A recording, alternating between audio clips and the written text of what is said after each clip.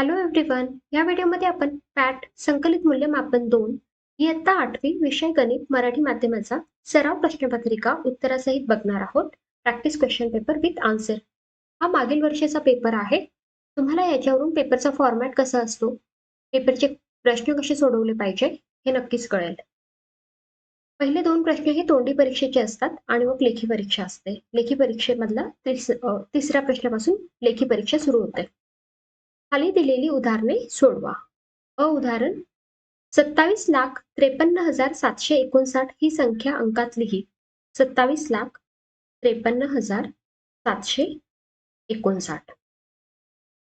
Next question 68,34,504 चे विस्तारित रूप लिहा. तर आता 6च्या पुढे 6 डिजिट आहेत म्हणून 6च्या पुढे आपण 6 शून्य लावले. 8च्या पुढे 5 डिजिट आहेत म्हणून 8च्या पुढे आपण 5 शून्य लावले. म्हणजे त्यांची स्थानिक किंमत आपण लिहितोय. अशा प्रकारे या किमती लिहिल्या आणि हे विस्तारित रूप आहे. पुढील प्रश्न 6,49,337 या संख्येमधील 9 या अंकाची स्थानिक किंमत लिहा. 9 हा अंक आहे इथे बघा, त्याची स्थानिक किंमत विचारली आहे. 9च्या पुढे 3 अंक आहेत, मग 3 आपण पूर्ण शून्य लिहिणार, तर 9,000 ही स्थानिक किंमत येईल.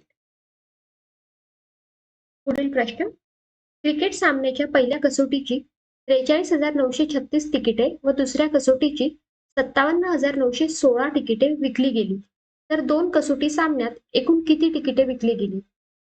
तर एकूण विचारले म्हणजे आपल्याला इथे बेरीज करावी लागेल. बेरीज लक्षपूर्वक करा. जर तुमचा एखादा आकडाही चुकला तर तुम्हाला 0 मार्क मिळेल. घाईघाईत सॉल्व नका करू. दोघांची आपण बेरीज केली तर उत्तर आलं फायनल एकूण 1,01,852 तिकिटे विकले गेली. पुढचा प्रश्न एक नगरपालिका पाणी पुरवठ्यावर 12,35,916 खर्च करते व आरोग्य सेवेवर 8,42,000 खर्च करते, तर आरोग्य सेवेवरील खर्चापेक्षा पाणी पुरवठ्यावरील खर्च किती रुपयाने जास्त आहे? किती रुपयाने जास्त आहे हे विचारलंय, म्हणून आपण पाणी पुरवठ्यातून आरोग्य सेवेवर जो खर्च झालाय तो आपण वजा करणार. वजा केल्यावर फायनल उत्तर आलेलं आहे 3,93,529 रुपयाने जास्त खर्च झालेला आहे. पुढचा प्रश्न गुणाकार करा. 2,416 ला 732 ने गुणायचं आहे. गुणाकार करून फायनल उत्तर आलेलं आहे 17,68,512. नेक्स्ट क्वेश्चन भागाकार करा. 32,760 ला 14 ने भागायचं आहे. भागितल्यावर भागाकार येतो 2,340 आणि बाकी उरते 0. चॅनलला सबस्क्राईब करून घ्या. प्रश्न क्रमांक 4 खाली दिलेल्या बहुपदीचा भागाकार करा. भागाकार व बाकी लिहा. इथे बघा 2 बहुपदी दिलेल्या आहेत. 2-2 मार्काचे प्रश्न आहेत, एकूण 4. दोघं बहुपदी इथे सॉल्व्ह केलेल्या आहेत. व्हिडिओ पॉज करा आणि तुमच्या नोटबुक मध्ये सॉल्व्ह करा. नेक्स्ट क्वेश्चन खाली दिलेली उदाहरणे सोडवा. त्याच्यातला ओ केंद्र असलेल्या वर्तुळाची त्रिज्या 25 सेंटीमीटर ही त्रिज्या आहे. किती आहे? 25 सेंटीमीटर. आणि जीवा एमपी ही 48 सेंटीमीटर. ही पूर्ण किती आहे? 48 आहे. तर जीवा एमपीचे वर्तुळ केंद्रापासूनचे अंतर काढा. हे अंतर आपल्याला ON हे अंतर फाइंड आउट करायचं आहे. तर त्रिज्या इथे OP आहे 25 सेंटीमीटर, जीवा MP आहे 48 आणि ON हा लंब आहे MP वर, तर म्हणून हे हाफ होऊन जाईल NP. NP is equal to 1/2 गुणिला 48 बरोबर 24. म्हणजे हे NP किती आलं? हे NP आलं 24. आणि केंद्रापासून जीवेचं अंतर आहे ON आणि हेच आपल्याला शोधायचं आहे ON. हे मी क्वेश्चन मार्क केलेला आहे. मग आपण कशानुसार शोधणार? हे परपेंडिक्युलर आहे, तर हे पायथागोरस प्रमेयानुसार काटकोन त्रिकोण तयार होतोय ना. हा, तर पायथागोरस प्रमेयानुसार हे सॉल्व्ह केलं आणि मग आपल्याला ON ची किंमत मिळाली 7 सेंटीमीटर. जेव्हा MP चे केंद्रापासून अंतर 7 सेंटीमीटर आहे. हे अंतर किती झालं आता? 7 सेंटीमीटर आपण फाइंड आउट केलेलं आहे. पुढचा प्रश्न M केंद्र असलेल्या वर्तुळाच्या जीवा AB आणि CD ए बी आणि सी डी या एकमेकींना केंद्रबिंदूत छेदतात म्हणजे एम मध्ये छेदतात. तर एकरूप कंसाच्या दोन जोड्यांची नावे लिहा. तर आपण इथे दोन नावं लिहिलेली आहेत. कंस ए सी एकरूप कंस डी बी. कंस ए डी एकरूप कंस सी बी. बरोबर. पुढील प्रश्न. बहुपर्यायी प्रश्नात असलेल्या रिकाम्या जागी अचूक उत्तराचा योग्य पर्याय क्रमांक दिलेल्या चौकटीत लिहा. इथे बहुपर्यायी प्रश्न आहे, तुम्हाला सॉल्व्ह नाही करायचे, फक्त तुम्हाला उत्तर लिहायचंय की कोणता याच्यापैकी पर्याय योग्य आहे. बरोबर. तर समभुज चौकोनाचं क्षेत्रफळ बरोबर 1/2 गुणिला दोन्ही कर्णांच्या लांबींचा गुणाकार. हे 3 नंबरचं पर्याय योग्य आहे. तर बघा इथे चौकट दिलेली आहे, त्या चौकटीत तुम्हाला 3 हे उत्तर लिहायचं आहे. ब प्रश्न. समलंब चौकोनाचे क्षेत्रफळ 1/2 गुणिला समांतर बाजूंची बेरीज गुणिला उंची. हा पर्याय क्रमांक 1 आहे. इथे आपण पर्याय क्रमांक 1 लिहिलेला आहे. क प्रश्न. वर्तुळाचे क्षेत्रफळ बरोबर पाय वर्ग. तर इथे आर वर्ग येणार आहे. पर्याय क्रमांक 2. पुढचा प्रश्न. खाली दिलेली उदाहरणे सोडवा. अ 2y अधिक 7 बरोबर 9 या समीकरणाच्या y बरोबर 1 व y बरोबर 8 या दोन उकलींपैकी कोणती उकल चुकीची आहे ते शोधा. चुकीची उकल शोधायची. मग आपण काय करणार, या उकलीच्या ज्या किमती आहेत त्या या आपण इक्वेशन मध्ये टाकणार. मग 2y अधिक 7 बरोबर 9. मग आपण y बरोबर 1 ही व्हॅल्यू ह्या इक्वेशन मध्ये समीकरणामध्ये टाकली. मग 2 गुणिला 1 y ची व्हॅल्यू आपण 1 टाकतोय, किंमत टाकतोय, म्हणजेच अधिक 7 बरोबर 9.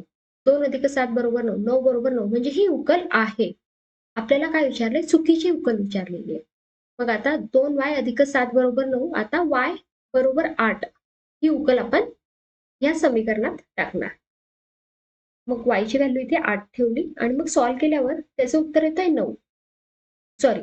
सॉल्व्ह केल्यावर उत्तर येतोय 23 आणि आपल्याला 9 हवंय, म्हणजे ही चुकीची उकल आहे. y बरोबर 8 ही चुकीची उकल आहे. पुढील प्रश्न. एका टेबलाची किंमत एका खुर्चीच्या किमतीच्या तिप्पट आहे. जर एक टेबल व एका खुर्चीची रुपये 2400 असल्यास टेबल व खुर्ची प्रत्येकी किंमत काढा. दोघांची मिळून 2400 जर किंमत आहे तर एक टेबल व एक खुर्चीची किंमत आपल्याला काढायची. मग समजा आपण खुर्चीची किंमत x मानली, तर टेबलाची किंमत खुर्चीच्या किमतीच्या तिप्पट आहे, म्हणून टेबलाची किंमत किती येईल, 3x येईल. बरोबर. आणि एक टेबल आणि एक खुर्ची मिळून 2400 रुपये आहेत, म्हणून x अधिक 3x बरोबर 2400. मग 4x बरोबर 2400, x बरोबर 600 ही उत्तर आलेलं आहे. मग खुर्चीची किंमत किती येईल, x आहे खुर्चीची किंमत म्हणून 600 आणि टेबलची किंमत 3x. मग x ची व्हॅल्यू 600 टाकली, मग 1800. खुर्चीची किंमत आली 600 आणि टेबलची किंमत आली 1800. तुमच्या नोटबुक मध्ये सॉल्व्ह करा हा क्वेश्चन पेपर. हा प्रश्न सुद्धा खूप सोपा आहे, फक्त तुम्ही समजून घ्या. खाली दिलेल्या प्रवाह आकृतीनुसार किती कृती पूर्ण करून सोडवा.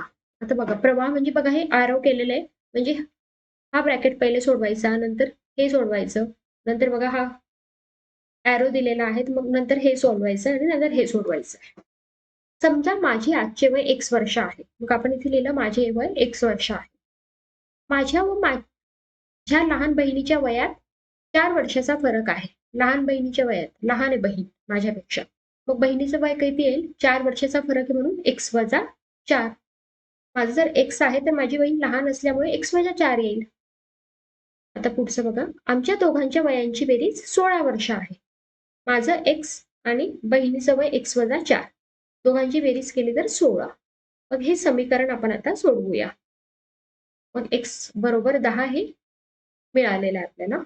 तर आमची आजची वय काढा. मग माझं आजचं वय काय येईल, माझं आजचं वय मी x मानलेलं आहे आणि x ची किंमत आपल्याला मिळालेली आहे 10, म्हणून माझे आजचे वय 10 आणि बहिणीचे आजचे वय x वजा 4 आहे. मग x ची किंमत लिहिली 10 वजा 4 6 वर्ष. पुढचा प्रश्न, पुढील जोडीतील त्रिकोणात एकरूप घटक सारख्या खुणांनी दर्शविले आहेत ते लिहा. हे बघा, हे एकरूप घटक आहेत. हे बघा सारख्या खुणा आहेत ना इथे. आता हे पण आणि हे पण सारख्या खुणा आहेत, त्या लिहा.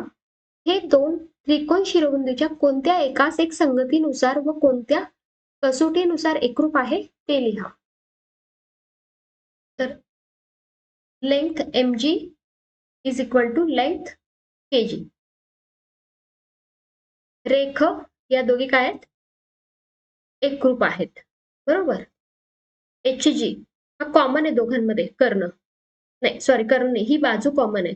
बाजू hg परपेंडिक्युलर टू बाजू hg, बरोबर. Length, sorry not perpendicular. मग हा बघा, हा कोन आणि हा कोन सारखा आहे, म्हणून मेजरमेंट ऑफ अँगल MHG बरोबर मेजरमेंट ऑफ अँगल KHG बरोबर 90%.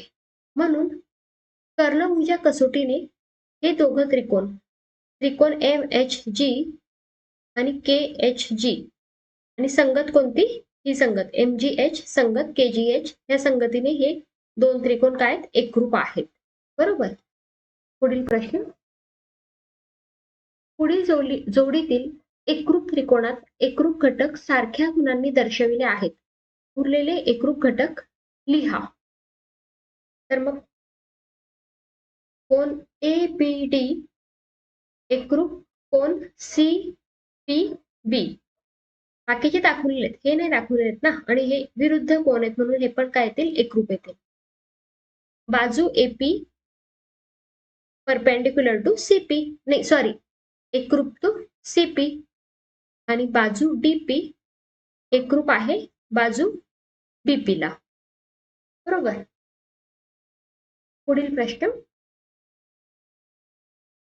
एका वसाहतीमधील कुटुंबात असणाऱ्या मतदारांची संख्या दिलेली आहे. त्यावरून वारंवारता वितरण सारणी तयार करा. एका कुटुंबात 4 आहे, एका कुटुंबात 3 आहे मतदार करणारे, एका कुटुंबात 2 आहे, काही कुटुंबात एकच आहे. तर याच्यावरून आपल्याला वारंवारता वितरण सारणी तयार करायची. मग आपण इथे आकडे बघितले तर 1 ते 6 आपल्याला दिसत आहेत. मग आपण 1 ते 6 असे लिहून घेतले. मग 1 हा अंक कितीदा आलेला आहे, 4दा आलेली आहे. 1 2 3 आणि 4. मग आपण तळ्याच्या पुन्हा 4 केल्या आणि वारंवारता म्हणजे कितीदा आलेली आहे, ते 4दा. 2 ही संख्या 6दा आलेली आहे. इथे तुम्ही काउंट करू शकतात. इथे आपण 6 लिहिलं म्हणजे कितीदा आली ती, मग टाळ्याच्या खुणा केल्या.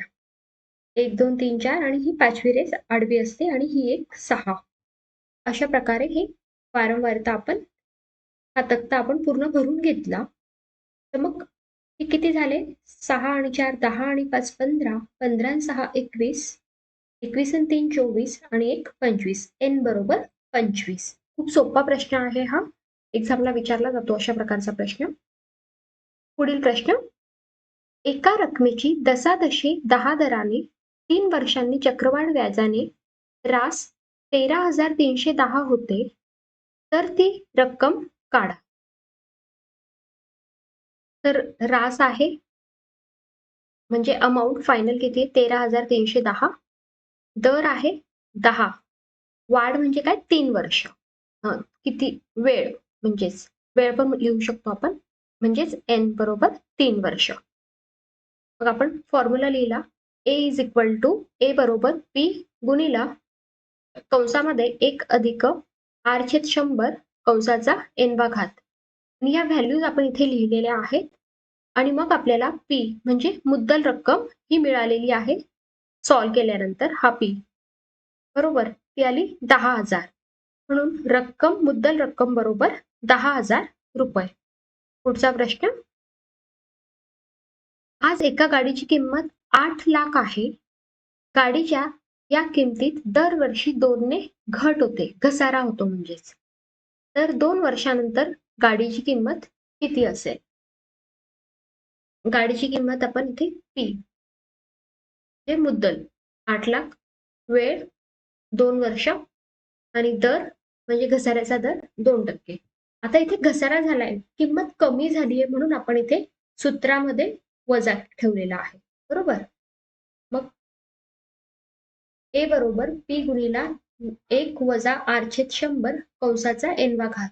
इथे आपण या सगळ्या किमती या समीकरणात टाकलेल्या आहेत, फॉर्म्युलामध्ये टाकलेल्या आहेत आणि सोडवल्यावर आपल्याला 2 वर्षानंतरची गाडीची किंमत किती मिळते? 7,68,320 रुपये.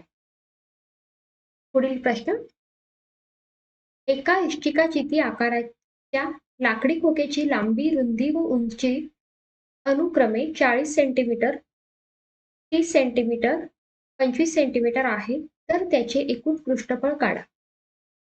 लांबी आहे 40, रुंदी आहे 30 आणि उंची आहे 25. तर आपल्याला त्या इष्टिका चितीचं काय काढायचंय? तर एकूण पृष्ठफळ काढायचंय. मग इथे व्हॅल्यू लिहून घेतल्या. L बरोबर 40, B बरोबर 30 आणि H बरोबर 35. म्हणजे लांबी, रुंदी आणि उंची लिहून घेतलेली आहे. लेंथ, ब्रेड्थ आणि हाईट म्हणजेच इष्टिका चितीचे एकूण पृष्ठफळ बरोबर 2 गुणिला कंसामध्ये L गुणिला B अधिक B गुणिला H अधिक L गुणिला H. या फॉर्म्युल्यामध्ये, सूत्रामध्ये आपण या किमती टाकल्या आणि सोडवल्यावर आपल्याला उत्तर आलं 5,900 स्क्वेअर सेंटीमीटर, चौरस सेंटीमीटर. हे मी इंग्लिशमध्ये लिहिलंय, मराठीत चौरस सेंटीमीटर. पुढचा प्रश्न, एका लंबवृत्त चिती आकाराच्या डब्याचे घनफळ 440 घनसेमी असून उंची 11 सेंटीमीटर आहे, तर तळ्याचे क्षेत्रफळ काढा. हे तळ्याचं क्षेत्रफळ काढायचं म्हणजे काय? ते वर्तुळच आहे, बरोबर. आणि लंब वृत्तचिती आकाराच्या डब्याचे घनफळाचं सूत्र काय? पाय वर्ग गुणिला h, बरोबर. मग घनफळ काय? 440 बरोबर पाय वर्ग आपण तसाच ठेवू, कारण की तळाचं क्षेत्रफळ म्हणजे हा गोल आहे, म्हणजेच पाय वर्ग. हे आपल्याला उत्तर आपलं पाय वर्ग असणार आहे. मग गुणिला h म्हणजे हाईट इथे 11 दिलेली आहे, उंची 11 दिलेली आहे, बरोबर, गुणिला 11. मग पाय वर्ग बरोबर 440 ला 11 ने भागणार, हे 11 इकडे जातील. तर पाय वर्ग बरोबर 40 चौरस सेंटीमीटर. तळाचे क्षेत्रफळ किती आलं? हे तळाचं क्षेत्रफळ आलं 40 चौरस सेंटीमीटर. शेवटचा प्रश्न आहे हा. स्तंभलेखाचे निरीक्षण करून प्रश्नांची उत्तरे द्या. हे बघा, ही जे डार्क आहे ना, त्या मुलींची संख्या आहे ती, आणि हे जे लाईट व्हाईट कलर मध्ये आहे ती मुलांची संख्या आहे, बरोबर. प्रमाण इथे दिलेलं आहे. हे डार्क मध्ये मुलींची संख्या आहे आणि ह्या लाईट कलर मध्ये मुलांची संख्या आहे.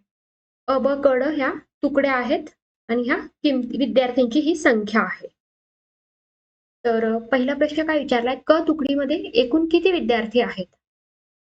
तर बघा, ही क तुकडी आहे, याच्यात एकूण किती विद्यार्थी आहे? बघा, इतके पूर्ण विद्यार्थी आहेत, तर हे आहेत 50.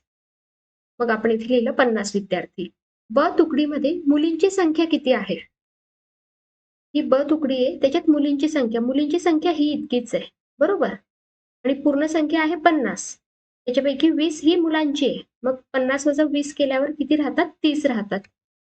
मग इथे आपण लिहिलं 30 मुली. कोणत्या तुकड्यांमध्ये मुलांची संख्या मुलीच्या संख्येपेक्षा जास्त आहे? मुलांची संख्या मुलींच्या संख्येपेक्षा जास्त आहे कोणत्या तुकडीमध्ये? तर बघा, अ तुकडीमध्ये मुलांची संख्या जास्त आहे मुलींपेक्षा, बघा, बरोबर. ऑब्झर्व केलं तर तुम्हाला उत्तर नक्कीच मिळेल. मग अ तुकडी लिहिले इथे. कोणत्या तुकडीत एकूण विद्यार्थी संख्या सर्वात जास्त आहे? खूप सोपा प्रश्न. सर्वात जास्त कुठे आहे? बघा, इथे ग्राफ बघितलं तर हा ग्राफ सगळ्यात मोठा आहे, बरोबर. तर मग इथे 60 विद्यार्थी आहेत, बघा. मग अ तुकडी, परत अ तुकडीच उत्तर आलेलं आहे, अ तुकडी. Thank you so much. चॅनलला सबस्क्राईब करून घ्या. All the best for your exam.